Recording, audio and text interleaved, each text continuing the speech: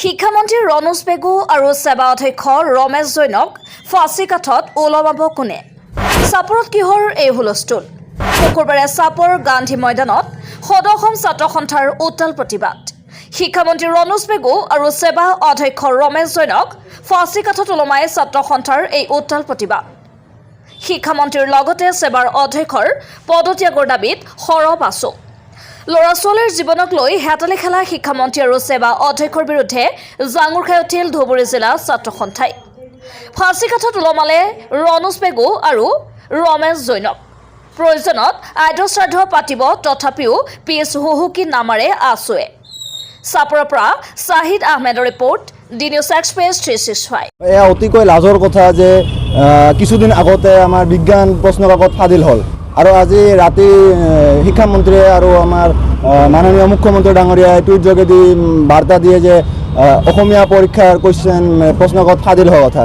এয়া অতিকৈ লাজৰ কথা যে এনেকুৱা পদবীত থাকি, এনেকুৱা আমাৰ শিক্ষা বিভাগত থাকি যদি তেওঁলোকে নিজৰ কৰ্মৰতা এনেকুৱাকৈ দেখাইছে, তেওঁলোকে ব্যৰ্থ হৈছে তেওঁলোকৰ দায়িত্ব পালন কৰাত, তেওঁলোকে পদত্যাগ দিব লাগে। প্ৰশিক্ষণ আপোনাৰ পৰীক্ষা প্ৰশিক্ষণে নয়নজ্যোতি ৰায় ডাঙৰীয়া তেখেতে কি কৰি আছে? সিহঁতে কিয় এতিয়াও মিডিয়াৰ ওচৰত, ছ'চিয়েল মিডিয়াৰ ওচৰত তেওঁলোকৰ মুখ্য ভাষ্য কিয় নিদিয়ে? তেওঁলোকে টুইট যোগেদি অকল শিক্ষাৰ্থীসকলৰ জীৱনৰ লগত এনেকৈ খেলিলে আমি সদৌ অসম ছাত্ৰ সন্থাই কেতিয়াও সহজে মানি নলয়। আমি এই প্ৰতিবাদ আগন্তুক দিনত বঢ়াই লৈ যাম, যিমান দূৰ লাগে আমি লৈ যাম।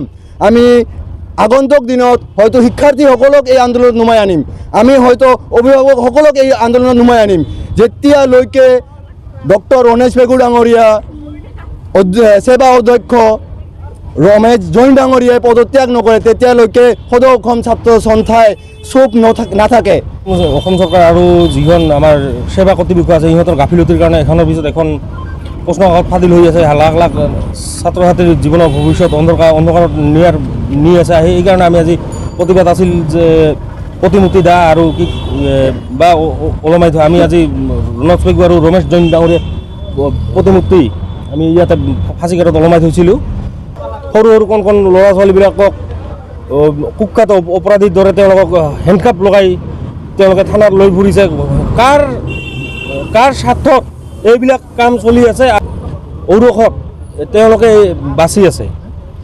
আজি ৰমেশ জৈন ডাঙৰীয়া, আজি ৰণোজ পেগু ডাঙৰীয়া আজিলৈকে কিয় তদন্তৰ আওতালৈ অহা নাই? তেওঁলোকক কিয় তদন্ত কৰা নাই? তেওঁলোকক কিয় আজিলৈকে একো চৰকাৰে ইনিচিয়েটিভ লোৱা নাই?